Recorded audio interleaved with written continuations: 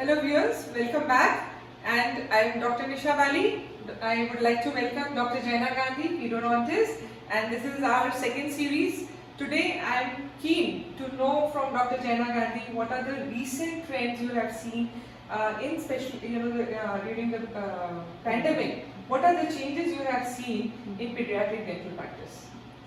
Well, lots, I would say, Dr. Nisha. Lots of changes. The primary reason being that children have been locked up at home due to these unfortunate circumstances. They have not been able to step out. The schools have been shut. So, lot of trends, lot of changes I have seen. The most important one being over-retained milk teeth. Right. So, I've seen a lot of patients coming back to me wherein the milk teeth have not fallen off and the permanent teeth have started coming behind. Right. And even if the milk tooth is slightly shaky, despite that, they are not falling off naturally. Right. So my advice to that would be that as parents, even we all are skeptical. I understand that, but somewhere when we were also small, we also used to eat on hard foods like apples and carrots during that time. These days we have a tendency of avoiding those foods. That okay, the tooth has started shaking, let's not eat all of that. Yes. But it is always best to let the teeth fall off naturally. Right.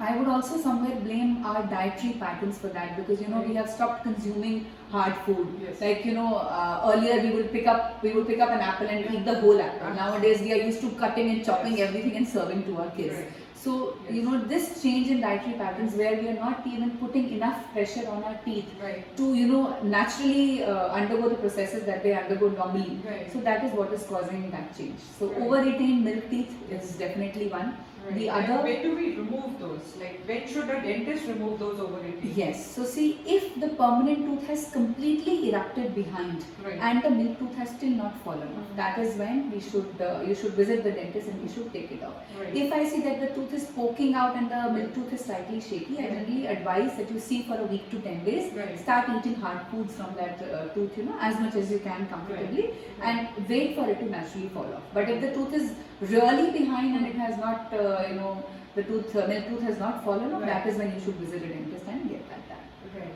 So definitely we have seen this, that we are doing more of overeating tooth extractions. Exactly. Apart from that, what else have you seen? So like I said, because the children are locked up at home, there are no routines, there is no structured environment. Like when they were going to school, there was a routine that they were following. Because of being at home, the in-between meal snacking frequency has really increased a lot. So the amount of junk they are consuming, the amount of food they are taking, every 1 to 2 hours, that has really increased a lot. That has led to an increase in the number of cavities. That has also led to the increase in dislodged fillings that were there prior. And I have seen children who used to have a healthy mouth earlier and there were no cavities. Even those children have become more susceptible to getting decay over these last 2 years. Right, definitely. And I believe children are sleeping late at night, so there is a lot of snacking at that time also. Yes. And definitely this has affected. Yeah. Right. So I always say that it is the frequency of the number of times you consume sugar-rich food. Suppose you are having 1 teaspoon of sugar or 1 tablespoon of sugar in a day in different forms. If you have that entire sugar once a day, that will still not cause that much harm. Versus you are having that sugar every 2 hours in the form of a biscuit, a chocolate, a laddu, it can be anything. So the more number of times you consume sugar-rich food, it gets stuck onto your teeth, the bacteria become active, the unhealthy bacteria, and they start causing cavities. So that needs to be cut off. Yes, Dr. Jaina. And do you recommend that children should come for the dental visit now? Absolutely, that is our advice to all the parents, that don't let COVID, don't let the pandemic make your children suffer because of poor oral health. Please do visit us every 6 months. We are following all stringent protocols as per COVID guidelines.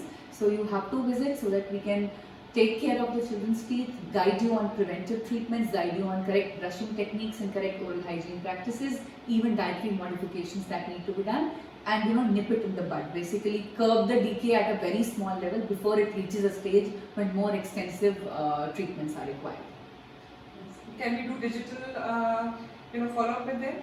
Of course, why not? So once even you can share pictures with us, and through pictures also, we all have smartphones, we all have lovely cameras these days. So definitely the need arises, and if it's an urgency, we can guide you to come over. And till the time it is not required, we can at least guide you on, like I said, oral hygiene practices and preventive measures that you can take at home to keep your children's oral health healthy. Right. Thank you so much, Dr. Jaina. Most And thank you, welcome. viewers. Thank